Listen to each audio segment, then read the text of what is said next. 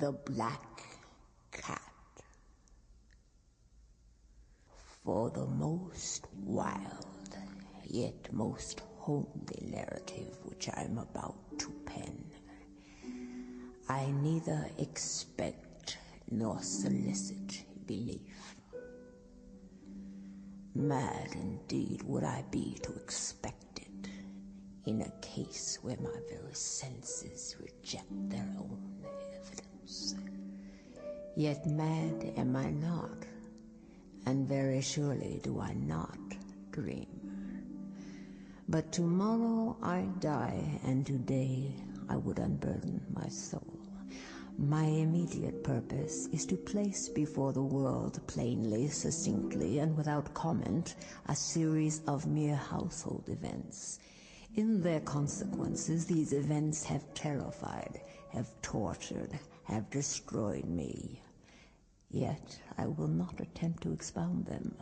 To me they have presented little but horror. To many they will seem less terrible than baroques. Hereafter, perhaps, some intellect may be found which will reduce my phantasm to the commonplace. Some intellect more calm, more logical, and far less excitable than my own, which will perceive in the circumstances I detail with awe nothing more than an ordinary succession of very natural causes and effects. From my infancy, I was noted for the docility and the humanity of my disposition. My tenderness of heart was even so conspicuous as to make me the jest of my companions. I was especially fond of animals, and was indulged by my parents with a great variety of pets. With these I spent most of my time, and never was so happy as when feeding and caressing them. This peculiarity of my character grew with my growth, and in my manhood I derived from it one of my principal sources of pleasure. To those who have cherished an affection for a faithful and sagacious dog, I need hardly be at the trouble of explaining the nature or the intensity of the gratification thus derivable. There is something in the unselfish and self-sacrificing love of a brute, which goes directly to the heart of him who has had frequent occasion to test the paltry friendship and gossamer fidelity of mere man. I married early, and was happy to find in my wife a disposition not uncongenial with my own. Observing my partiality for domestic pets, she lost no opportunity of procuring those of the most agreeable kind. We had birds, goldfish, a fine dog, rabbits, a small monkey, and a cat. This latter was a remarkably large and beautiful animal, entirely black and sagacious to an astonishing degree. In speaking of his intelligence, my wife, who at heart was not a little tinctured with superstition, made frequent allusion to the ancient popular notion which regarded all black cats as witches in disguise. Not that she was ever serious upon this point, and I mention the matter at all for no better reason than it happens just now to be remembered. Pluto, this was the cat's name, was my favorite pet and playmate. I alone fed him, and he attended me wherever I went about the house. It was even with difficulty that I could prevent him from following me through the streets. Our friendship lasted in this manner for several years, during which my general temperament and character, through the instrumentality of the fiend intemperance, had, I blush to confess it, experienced a radical alteration for the worse. I grew day by day more moody, more irritable, more regardless of the feelings of others. I suffered myself to use intemperate language to my wife. At length, I even offered her personal violence. My pets, of course, were made to feel the change in my disposition. I not only neglected, but ill-used them. For Pluto, however, I still retained sufficient regard to restrain me from maltreating him, as I made no scruple of maltreating the rabbits, the monkey, or even the dog, when by accident or through affection they came in my way. But my disease grew upon me. For what disease is like alcohol? And at length even Pluto, who was now becoming old and consequently somewhat peevish, even Pluto began to experience the effects of my ill temper. One night, returning home, much intoxicated from one of my haunts about town, I fancied that the cat avoided my presence. I seized him when, in his fright at my violence, he inflicted a slight wound upon my hand with his teeth. The fury of a demon instantly possessed me. I knew myself no longer. My original soul seemed at once to take flight from my body, and a more than fiendish malevolence, gin-nurtured, thrilled every fiber of my frame. I took from my waistcoat pocket a penknife, opened it, grasped the poor beast by the throat, and deliberately cut one of its eyes from the socket. I blush, I burn, I shudder, while I pen the damnable atrocity. When reason returned with the morning, when I had slept off the fumes of the night's debauch, I experienced a sentiment half of horror, half of remorse for the crime of which I had been guilty. But it was at best a feeble and equivocal feeling, and the soul remained untouched. I again plunged into excess, and soon drowned in wine all memory of the deed. In the meantime, the cat slowly recovered.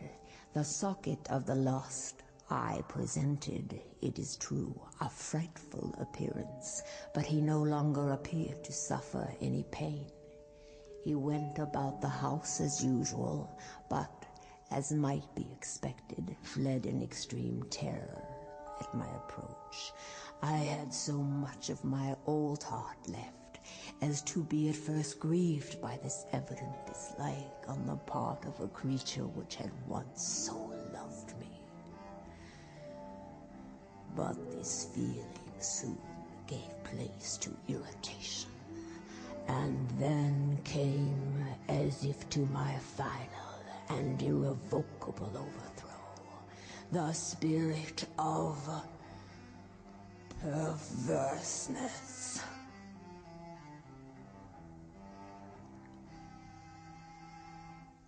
Of this spirit, philosophy takes no account. Phrenology finds no place for it among its organs. Yet I am not more sure that my soul lives than I am that perverseness is one of the primitive impulses of the human heart. One of the indivisible primary faculties or sentiments which give direction to the character of man. Who has not 100 times found himself committing a vile or a silly action for no other reason than he knows he should not?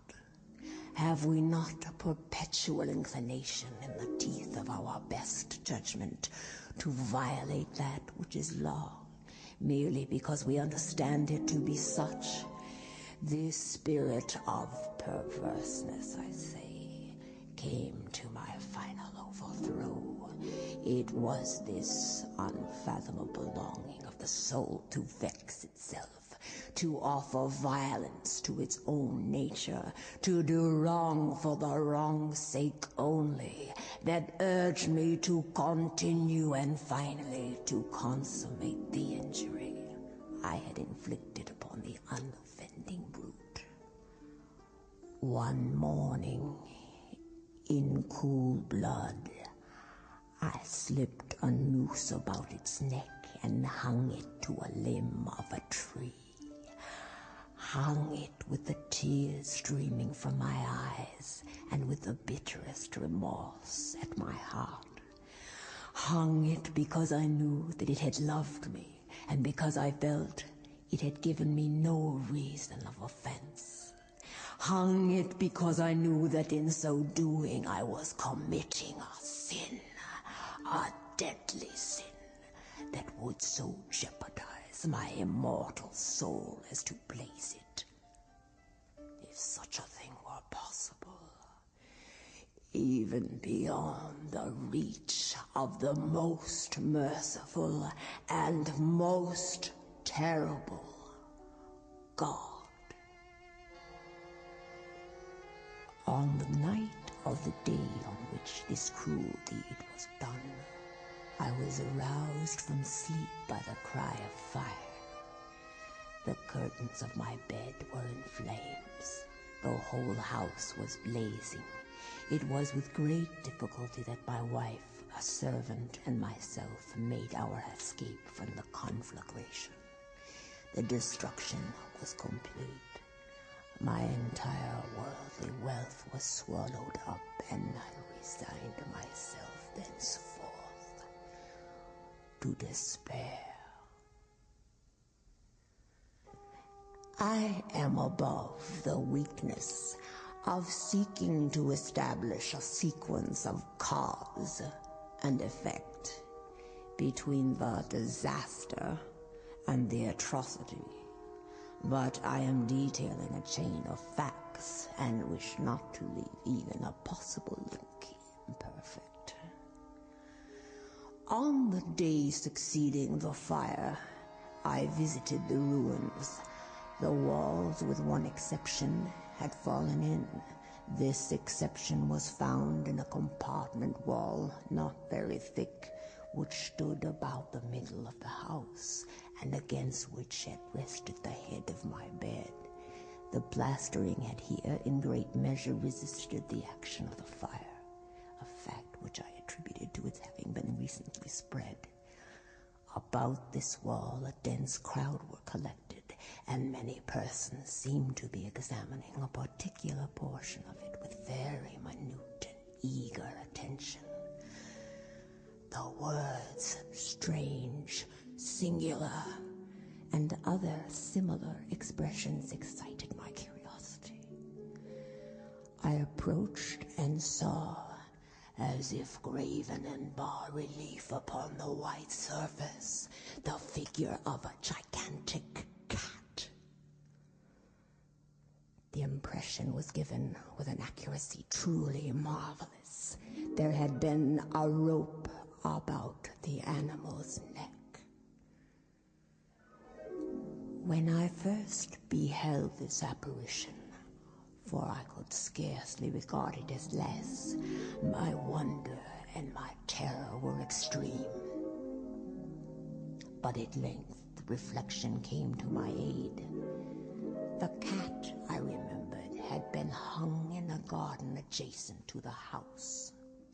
Upon the alarm of fire, the garden had been immediately filled by the crowd, by someone of whom the animal must have been cut from the tree and thrown through an open window into my chamber. This had probably been done with a view of arousing me from sleep. The falling of other walls had compressed the victim of my cruelty into the substance of the freshly spread plaster, the lime of which, with the flames and the ammonia from the carcass, had then accomplished the portraiture as I saw it. Although I thus readily accounted to my reason, if not altogether to my conscience, for the startling facts detailed, it did not the less fail to make a deep impression upon my fancy for months. I could not rid myself of the phantasm of the cat, and during this period there came back into my spirit a half-sentiment that seemed, but was not, remorse. I went so far as to regret the loss of the animal, and to look about me among the vile haunts which I now habitually frequented for another pet of the same species, and of a somewhat similar appearance with which to supply its place. One night, as I sat half stupefied, in a den of more than infamy, my attention was suddenly drawn to some black object reposing upon the head of one of the immense hogsheads of gin or of rum, which constituted the chief furniture of the apartment.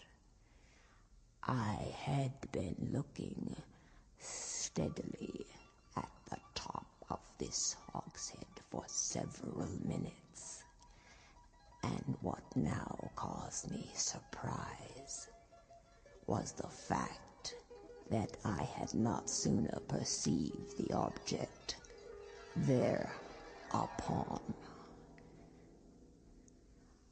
I approached it and touched it with my hand. It was a black cat, a very large one, fully as large as Pluto, and closely resembling him in every respect but one. Pluto had not a white hair upon any portion of his body, but this cat had a large, although indefinite, splotch of white, covering nearly the whole region of the breast. Upon my touching him, he immediately arose, purred loudly, rubbed against my hand, and appeared delighted with my notice. This, then, was the very creature of which I was in search. I at once offered to purchase it of the landlord, but this person made no claim to it, knew nothing of it, had never seen it before. I continued my caresses, and when I prepared to go home, the animal evinced a disposition to accompany me. I permitted it to do so, occasionally stooping and patting it as I proceeded.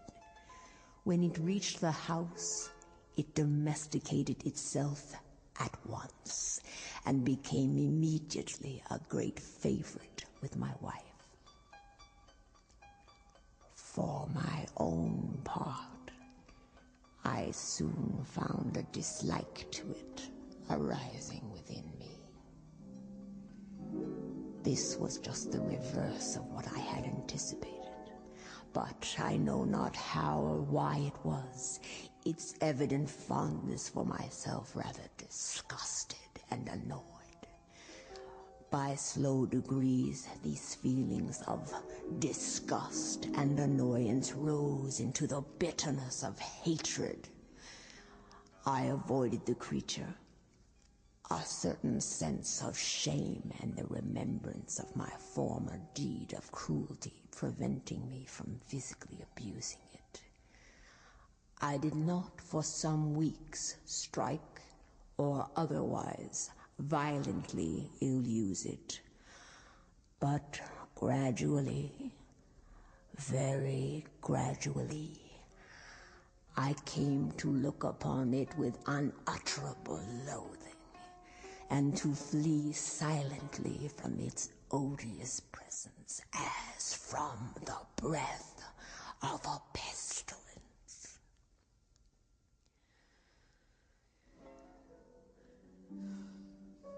What added no doubt to my hatred of the beast was the discovery on the morning that I brought it home that, like Pluto, it had also been deprived of one of its eyes. This circumstance, however, only endeared it to my wife, who, as I have already said, possessed in a high degree that humanity of feeling which had once been my distinguishing trait, and the source of many of my simplest and purest pleasures. With my aversion to the cat, however, its partiality for myself seemed to increase. It followed my footsteps with a pertinacity which it would be difficult to make the reader comprehend. Whenever I sat, it would crouch beneath my chair or spring upon my knees, covering me with its loathsome caresses.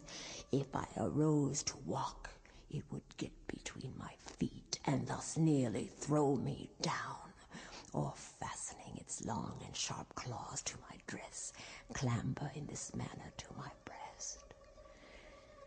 At such times, although I longed to destroy it with a blow, I was withheld from so doing partly by a memory of my former crime, but chiefly, let me confess it at once, by an absolute dread of the beast. This dread was not exactly a dread of physical evil, and yet I should be at a loss how otherwise to describe it. I am almost ashamed to own, yes, even in this felon's cell, I am almost ashamed to own that the terror and horror with which the animal inspired me had been heightened by one of the merest chimeras it would be possible to conceive. My wife had called my attention more than once to the character of the mark of white hair of which I have spoken, and which constituted the sole visible difference between the strange beast and the one I had destroyed. The reader will remember that this mark, although large, had been originally very indefinite, but by slow degrees nearly imperceptible, and which for a long time my reason struggled to reject as fanciful, it had at length assumed a rigorous distinctness of outline. It was now, I say, the image of a hideous, of a ghastly thing, of the gallows. O mournful and terrible engine of horror and of crime, of agony and of death. And now was I indeed wretched beyond the wretchedness of mere humanity, and a brute beast whose fellow I had contemptuously destroyed, a brute beast to work out for me, a man fashioned in the image of the high God, so much of insufferable woe. Alas, neither by day nor by night knew I the blessing of rest any more. During the former, the creature left me no moment alone, and in the latter, I started hourly from dreams of unutterable fear to find the hot breath of the thing upon my face, and its vast weight, an incarnate nightmare that I had no power to shake off, incumbent eternally upon my heart. Beneath the pressure of torments such as these, the feeble remnant of the good within me succumbed. Evil thoughts became my sole intimates. The darkest and most evil of thoughts. The moodiness of my usual temper increased to a hatred of all things and of all mankind, while from the sudden, frequent, and ungovernable outbursts of a fury to which I now blindly abandoned myself, my uncomplaining wife, alas, was the most usual and most patient of sufferers. One day, she accompanied me upon some household errand into the cellar of the old building, which our poverty compelled us to inhabit. The cat followed me down the steep stairs, and nearly throwing me headlong, exasperated me to madness, uplifting an axe and forgetting in my wrath the childish dread which had hitherto stayed my hand. I aimed a blow at the animal, which would have proved instantly fatal had it descended as I wished. But this blow was arrested by the hand of my wife. Goaded by the interference into a rage more than demoniacal, I withdrew my arm from her grasp and buried the axe in her brain. She fell dead upon the spot without a groan. This hideous murder accomplished, I set myself forthwith, and with entire deliberation, to the task of concealing the body.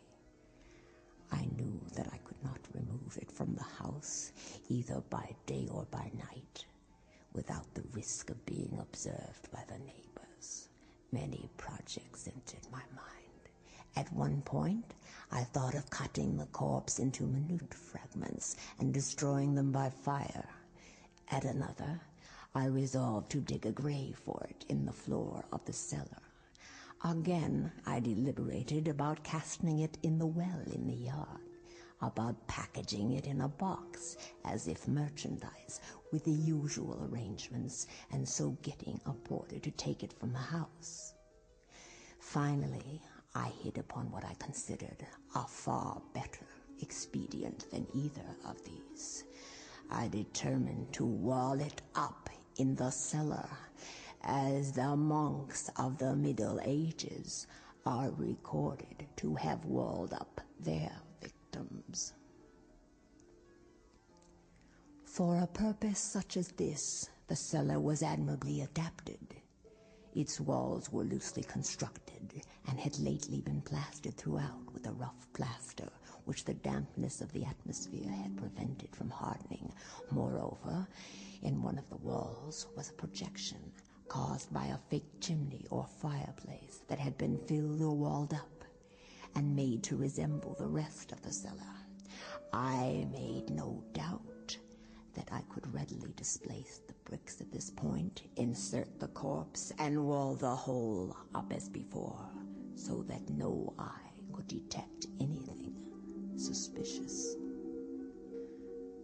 And in this calculation I was not deceived. By means of a crowbar, I easily dislodged the bricks, and having carefully deposited the body against the inner wall, I propped it in that position, while with little trouble I relaid the whole structure as it originally stood.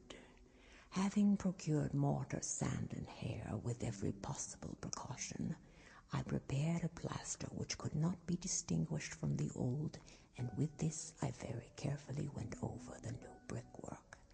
When I had finished, I felt satisfied that all was right. The wall did not present the slightest appearance of having been disturbed. The rubbish on the floor was picked up with the minutest care. I looked around triumphantly and said to myself, "Here at least, then, my labor has not been in vain." My next step was to look for the beast which had been the cause of so much wretchedness, for I had at length firmly resolved to put it to death. Had I been able to meet with it at the moment, there could have been no doubt of its fate. But it appeared that the crafty animal had been alarmed at the violence of my previous anger, and forbore to present itself in my present mood. It is impossible to describe or to imagine the deep, the blissful sense of relief which the absence of the detested creature occasioned in my bosom. It did not make its appearance during the night, and thus for one night at least, since its introduction into the house, I soundly and tranquilly slept. I slept even with a burden of murder upon my soul. The second and the third day passed, and still my tormentor came not. Once again I breathed as a free man. The monster in terror had fled the premises forever. I should behold it no more. My happiness was supreme. The guilt of my dark deed disturbed me but little. Some few enquiries had been made, but these had been readily answered. Even a search had been instituted, but of course nothing was to be discovered. I looked upon my future felicity as secured. Upon the fourth day of my assassination, a party of the police came very unexpectedly into the house and proceeded again to make rigorous investigation of the premises. Secure, however, in the inscrutability of my place of concealment, I felt no embarrassment whatever. The officers bade me accompany them in their search. They left no nook or corner unexplored. At length, for the third or fourth time, they descended into the cellar. I quivered not in a muscle. My heart beat calmly, as that of one who slumbers in innocence. I walked the cellar from end to end. I folded my arms upon my bosom and roamed easily to and fro. The police were thoroughly satisfied and prepared to depart. The glee at my heart was too strong to be restrained. I burned to say, if but one word, by way of triumph, and to render doubly sure their assurance of my guiltlessness. "Gentlemen," I said at last, as the party ascended the steps, "I delight to have allayed your suspicions. I wish you all health and a little more courtesy. By the by, gentlemen, this is a very well-constructed house." In the rabid desire to say something easily, I scarcely knew what I uttered at all. "I may say an excellently well-constructed house. These walls... Are you going, gentlemen? These walls are solidly put together, and here, through the mere frenzy of bravado, I rapped heavily, with a cane which I held in my hand, upon that very portion of the brickwork, behind which stood the ghastly corpse of the wife of my bosom. But may God shield and deliver me from the fangs of the arch-fiend. No sooner had the reverberation of my blows sunk into silence than I was answered by a voice from within the tomb, by a cry, at first muffled and broken, like the sobbing of a child, and then quickly swelling into one long, loud, and continuous scream, utterly anomalous and inhuman, a howl, a wailing shriek, half of horror and half of triumph, such as might have arisen only out of hell, conjointly from the throats of the damned in their agony, and of the demons that exult in the damnation.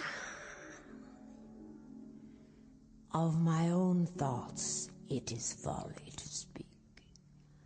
Swooning, I staggered to the opposite wall. For one instant, the party upon the stairs remained motionless to an extremity of terror and of awe. In the next, a dozen stout arms were toiling at the wall. It fell bodily. The corpse, already greatly decayed and clotted with gore, stood erect before the eyes of the spectators. Upon its head, with red extended mouth and solitary eye of fire, sat the hideous beast whose craft had seduced me into murder, and whose informing voice had consigned me to the hangman.